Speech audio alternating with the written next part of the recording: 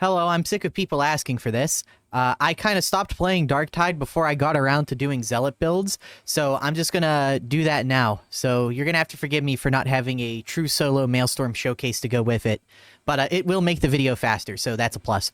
I actually have a lot to talk about with the Zealot, like, meta build.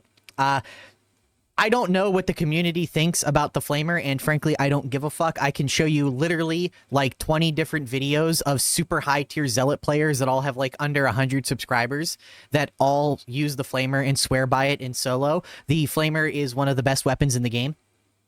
As far as building it, there's a lot of ways you can do it. Most people go overpressure Blaze Away. Some people will drop Blaze Away for Showstopper in group play, so you can, use it as a way to get extra crowd control. I'm not a big fan of that. If you want to use this build for group play and you're just really anti-Flamer for whatever reason, the Revolver works as well. The Combat Blade, I mean, it's the fucking Combat Blade. There's no two ways about it. This is hands down the best overall melee weapon in the game. With this setup, you should be able to consistently output 30,000 damage in a single swing against bosses, which this completely covers your single target damage. You should two-shot crushers consistently with this setup. Now, as far as the perks on these go, I just put this on here as like a generic. You can put whatever on here. You can put Carapace if you want better crusher killing. You can put Unyielding if you want better boss killing. You can do basically whatever you want. You can swap Mercy Killer for precog. This is also pretty good. I just like Mercy Killer. Riposte if you want to crit more, but you're Zealot. You don't really need to be critting more. As far as curios go, there's also a lot you can do here. I would highly recommend going with one of each. You can drop the max health for double toughness, though, and I'll talk about why in a minute. You can also drop sprint efficiency for something like sniper damage resistance if you really think it's a problem. But I think if you're getting shot with snipers enough that it is a problem, you really just need to learn how to counterplay snipers. And let's talk talents, because there's also a few questionable things that you can change here. So, first off, throwing knives are insane. Technically, stun storms are the best, but there's a reason you go throwing knives. So, the Combat Blade has almost the same single target damage as the Thunderhammer.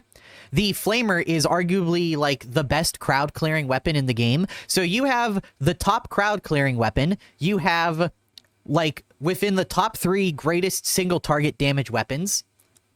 And it also is the fastest weapon in the game. But what do you do about a gunner shooting you? You absolutely just throw a throwing knife at their face. So this build actually requires you to be good at throwing knives. If you are not willing to go into the Psychanium and practice flicking onto, like, just seriously, just mark a target, turn away from it at random distances, and then flick your mouse to it and throw the knife. If you aren't comfortable practicing that for a few hours, then don't even try to play this build. Because if you can't in under 2 seconds under pressure throw a knife at a gunner, like gunning you down, then you're gonna fucking suck with this build. That is absolutely mandatory. We take Enduring Faith and Scourge, so we have basically constant bleed and constant damage reduction. And the melee backstab ends up being surprisingly important. You don't need any of this stuff. This sucks on the knife anyway. Disdain is terrible. So this whole tree, it does not jive with the knife well at all. This whole tree is okay for the Flamer. Some people will take Anoint in Blood because it's only a 1 skill point investment. That's pretty valid. So some people will take Thy Raft Be Swift because it just seems like, even though it says nothing about it, they're intent on keeping it affecting ranged enemies. I personally wouldn't do this. I would save these 2 points, but this is so... Until they fix this and make it does what the node says, or make the node say what it actually does, then, it's worth it. But I'm going to show you a setup without this because I don't really like it. A good player does not need Until Death ever. Until Death, like, this is just a waste of 2 skill points if you aren't planning on going down. And if you're going, let's put it this way, if you're proccing this once, God forbid twice, you really need to learn the game mechanics more intimately before playing a build like this. Plus, the damage from Duelist, the fact that it applies to 2 sources at the same time and those sources stack multiplicatively with each other after the fact, means it's a crazy-ass damage increase. Also, Desperation, real quick note, you only need to push attack 4 times to spend all your stamina, so you do that, and then this is just 20% melee damage, which stacks with this 100% increase, which stacks with this 20% increase, which stacks with this 100% increase, which stacks with this. You stack all of that at the same time, do one heavy heavy with the knife on a boss's weak spot from behind, and that's how you do the 30,000 damage. This is one of like the second best aura in the entire game. This is insane. This is where the build sucks though. You do have to go this way and then go back around this way, then go back around this way. So this is arguably the best ultimate in the game. It's up there with Voice of Command. Basically, this is Voice of Command for one person. So the way that you use this is you just click it. Now, here's something I want to show you, and the reason why I don't take this, because frankly, I don't think the movement speed on taking damage is important, and I do not think that the gunners stunning you is like, or I'm sorry, gunners not being able to stun you matters whatsoever, for the simple fact that just slide under the gunners, or don't run out of cover into gunfire. You dummy. Anyway, and not taking those points allows you to take this. Invocation of Death.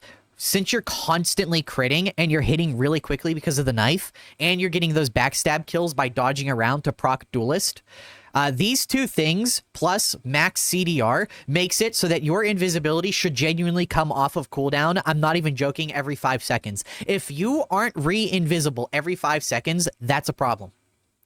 You can also drop this, and I would recommend that. See, this is the Tanner recommended right here, meta Zealot build. Because this 2% toughness replenishment across 20 stacks ends up being 40 toughness replenishment. This ends up being 40 toughness replenishment. So this is 40 every 5 seconds, and this ends up being 20 every, like, 6 seconds. Or I'm sorry, this ends up being 40, like, every 6 seconds. That is more toughness replenishment than the book will give you personally, and Fury of the Faithful will give you. So you're getting more toughness back by doing this, but you're also getting a significant increase to your damage. Also, momentum applies to the flamer. Worth noting. So this ends up being a 20% damage increase to everything. I mean, it literally says it on, you know, ranged attack speed and damage. So this will make the flamer apply its stacks like that, like in a snap. Some people, though, will not take any of this, and instead they'll do like this. They'll take these. They'll take this, and they'll take this. This is another pretty valid way to run it. Some people will drop this for this. Really, you just gotta, like, decide what you want there. But I would recommend going like this, with the play style being never stop dodging to keep Duelist up, and constantly giving you those momentum stacks that you can cash in for damage and toughness. If you ever have to deal with a horde, if a horde just spawned, here's what you do. You press invisibility, pull your flamer out, and just as you're just spamming dodge backwards, you just for a little bit, like literally just like 3 or 4 seconds, and then like slice once with the knife, and the bleed and flame stacks. Because remember, here's a fun fact about flame stacks. They have this weird exponential stacking thing going on where 2 flame stacks will add like 13 damage. But once you get to like the 3rd flame stack, it adds like 20 damage. Then the 4th flame stack adds like 30 damage. You can test this in the Psychanium if you don't believe me. I really don't give a fuck anymore. But if you apply 10 flame stacks, that does substantially more damage per tick than 10 stacks of 10. If you could apply 10 stacks of 1 flame, or I'm sorry, 10 instances of 1 flame stack, that does less damage than 1 10 stack of flames for whatever reason. So that's why attack speed matters a lot.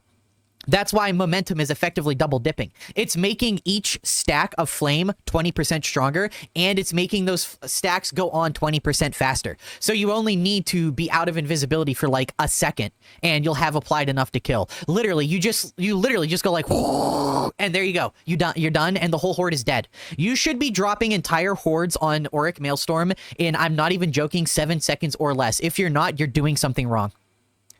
And that's why you might not want to take Blaze away. So just, worth noting, you can change that.